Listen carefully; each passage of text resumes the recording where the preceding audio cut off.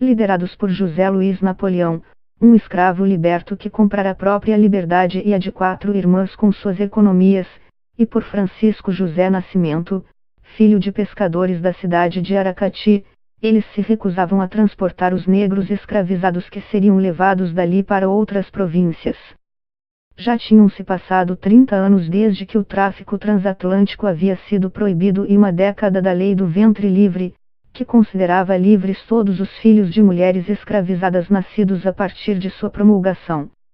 A escravidão no Brasil, entretanto, se mantinha ainda que sob uma oposição crescente da opinião pública, em parte influenciada pelo abolicionismo no EUA e em diversos outros países, e diante da resistência dos escravizados contra a exploração de seu trabalho e a violência.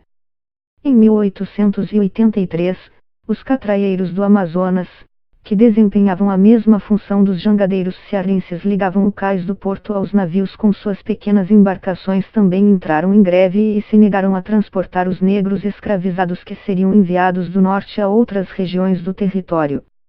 O pioneirismo foi resultado de uma conjunção de fatores, que vão desde o ativismo dos abolicionistas ao papel secundário dos escravizados na economia local. A mão de obra escrava não chegou a ser predominante no Ceará como foi nas províncias nordestinas de Pernambuco e da Bahia, diz o historiador Eurípides Funes, da Universidade Federal do Ceará, UFC.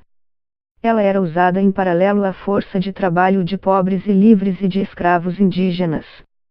Por ser uma área de colonização tardia, acrescenta Frank Ribardi, também do Departamento de História da UFC, o Ceará concentrava número elevado de indígenas, muitos fugidos de outras regiões onde eram capturados em massa nas primeiras décadas da colonização e submetidos a trabalhos forçados. A economia local era baseada na pecuária, que não demandava a mão de obra intensiva da grande empresa açucareira que moveu o Brasil colônia nos séculos XVI e XVII. O Amazonas, por sua vez, era a província com o menor número de homens e mulheres escravizados do Império, conta Patrícia Melo Sampaio, da Universidade Federal do Amazonas, UFAM. De acordo com o censo de 1872, o primeiro do Brasil, pouco mais de uma década antes da abolição viviam lá 979 escravizados, número bastante inferior aos 6,6 mil registrados no Mato Grosso, província que estava imediatamente antes na lista. Sua importância, contudo, não deve ser minimizada com base nesses dados. A propriedade escrava era um poderoso marcador de distinção social e de privilégios e a elite possuidora de escravos tinha clareza disso, ressalta a pesquisadora. Além de vendê-los, os senhores poderiam alugá-los para prestar serviços a terceiros como amas de leite, criadas, carpinteiros e marceneiros, e os jornais do Ceará dessa época estão cheios de anúncios desse tipo, ou usá-los como lastro em operações mercantis, ou seja, como garantia em caso de não pagamento de dívidas. Nessa época, senhores de áreas em decadência econômica, como Norte e Nordeste, passaram a vender seus cativos para províncias em que se pagava muito por eles, especialmente as do Sudeste, onde a indústria do café crescia movida pelo trabalho do negro escravizado, explica a historiadora Maria Alice Rosa Ribeiro, que pesquisa a sociedade escravista campineira no Centro de Memória da Unicamp. A história da greve dos jangadeiros entra justamente nesse contexto. José Luiz Napoleão, Francisco José Nascimento, que ficaria conhecido como o Dragão do Mar, e os colegas se recusaram a transportar os escravos da praia às embarcações que os levariam às cidades onde os novos donos os esperavam. A história virou símbolo da abolição no estado e inclusive deu força extra para a mobilização amazonense, diz Patrícia Sampaio, mas ela não foi espontânea, ressalta Ângela Alonso, professora livre-docente do Departamento de Sociologia da Universidade de São Paulo, USP. Os jangadeiros se organizaram por meio da Sociedade Libertadora Cearense, formada por políticos e intelectuais da província e articulada com o movimento abolicionista nacional. Os clubes e sociedades abolicionistas começaram a pipocar no Império a partir da década de 1860, influenciadas em parte por movimentos semelhantes em países como Estados Unidos e Cuba. Os intelectuais da época eram cosmopolitas, eles não eram caipiras, como muita gente imagina. viajavam, acompanhavam as notícias internacionais que, depois do telégrafo, instalado no Brasil na década de 1860, chegavam aqui mais rápido ainda, diz a autora de Flores, Votos e Balas, o movimento abolicionista brasileiro, 1868-88. Assim, a elite brasileira do século XIX acompanhou atenta os episódios da Guerra de Secessão Americana, que teve início em 1861 e que contrapôs os estados do Sul, escravistas, e os do Norte, favoráveis à abolição. Lá, a 13ª emenda, que acabou com a escravidão, foi assinada por Abraham Lincoln em 1865. Os clubes e sociedades em todo o país faziam campanha através da imprensa e, em muitas províncias, arrecadavam fundos para comprar a liberdade de escravizados, um dispositivo institucionalizado em 1871, com a Lei do Ventre Livre, que também criou oficialmente o Fundo de Emancipação. Com o tempo, as cerimônias de entrega das cartas aos escravizados foram virando eventos cada vez maiores, teatralizados, com leituras de poesia e realização de concertos. A estratégia de compra das alforrias, para Alonso, era uma forma de os abolicionistas sinalizarem a construção de uma abolição gradual, sem afronta direta ao status quo que, no EUA, esteve na raiz na Guerra Civil. De vez em quando, entretanto, apareciam episódios como o da greve dos jangadeiros, para pressionar o governo com uma ameaça de possível radicalização. Não por acaso, o caso foi amplamente noticiado por José do Patrocínio, figura central do abolicionismo que tinha interlocução com os ativistas cearenses, na Gazeta de Notícias do Rio de Janeiro. Os jangadeiros só conseguiram fazer o que fizeram porque tinham parte importante da elite política e das forças policiais ao seu lado, ela acrescenta. No Ceará, o abolicionismo ganhou fôlego depois da Grande Seca de 1877, que se estendeu por 3 anos e deixou a província em estado de calamidade, diz o historiador Eilo Fagner Silva Rodrigues, que dedicou a pesquisa de mestrado e doutorado ao tema da escravatura e da abolição no estado. No Amazonas, a atuação das sociedades abolicionistas teve ajuda importante da maçonaria, que se dedicou intensamente a angariar recursos para o Fundo de Emancipação, diz Sampaio, da UFAM.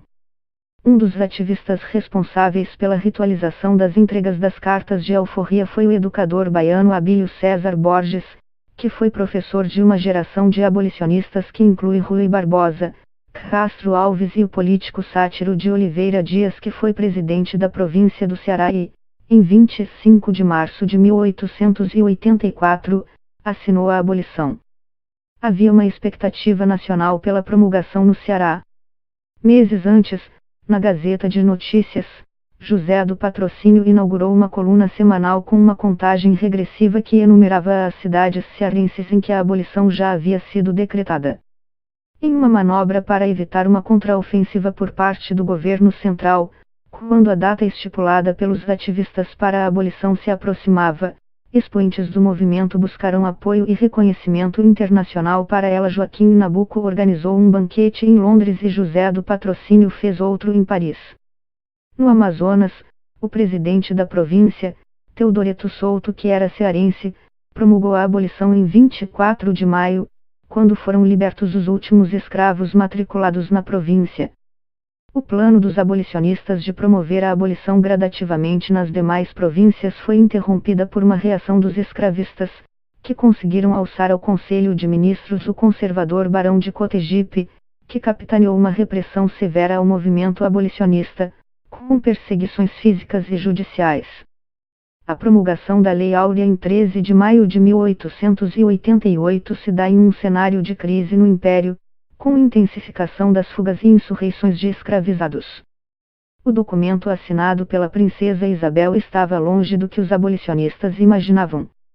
O projeto encampado por eles, de Manuel Pinto de Souza Dantas, que foi presidente do Conselho de Ministros entre 1884 e 1885, previa o pagamento de uma espécie de renda mínima aos alforriados e a distribuição de terras, uma espécie de mini-reforma agrária. Mas uma parte do movimento abolicionista decidiu apoiar a Lei Áurea, porque não sabia quando teria outra oportunidade de institucionalizar o fim da escravidão, diz Alonso. A liberdade precária que não discutiu a inserção dos novos cidadãos na sociedade brasileira ou no mercado de trabalho não foi exclusividade de 1888. No Ceará e no Amazonas, a maior parte das alforrias foi dada sob condição: o liberto tinha de pagar um pecúlio para ressarcir o senhor e ou se comprometer a continuar trabalhando para ele, muitas vezes sem salário. Em Manaus, diz Patrícia Sampaio, Dalção, cerca de 60% das alforrias registradas nos cartórios são onerosas, muitas condicionando a compra da carta de liberdade e a continuidade da prestação dos serviços. Isso explica porque, 3 anos depois da abolição, explodiu o número de criados de servir e agregados no censo de 1887 em Fortaleza, ressalta o historiador Eurípides Funes. O chamado Livro de Matrículas de Criados do Estado está cheio de exemplos ilustrativos de trabalhadores livres, porém ainda recolhidos aos cativeiros domésticos, na definição de Eilo Fagner Rodrigues. Um deles é o de Eugênia Joaquina da Conceição, registrada por seu antigo proprietário, João Luiz Rangel, em 11 de julho de 1887, da seguinte forma: minha ex-escrava continua a residir na minha casa, como criada, gratuitamente, por tempo indeterminado. Casos como esse não eram incomuns. Muitos dos libertos continuaram vivendo sob o teto dos ex-senhores e passaram a trabalhar em troca de roupa e comida, inclusive crianças, em condições muitas vezes parecidas às que eram submetidos até 1884. O pesquisador encontrou nos arquivos do antigo Tribunal da Relação da Província do Ceará, atual Tribunal de Justiça, várias ações de libertos contra ex-proprietários que os tentavam reescravizar.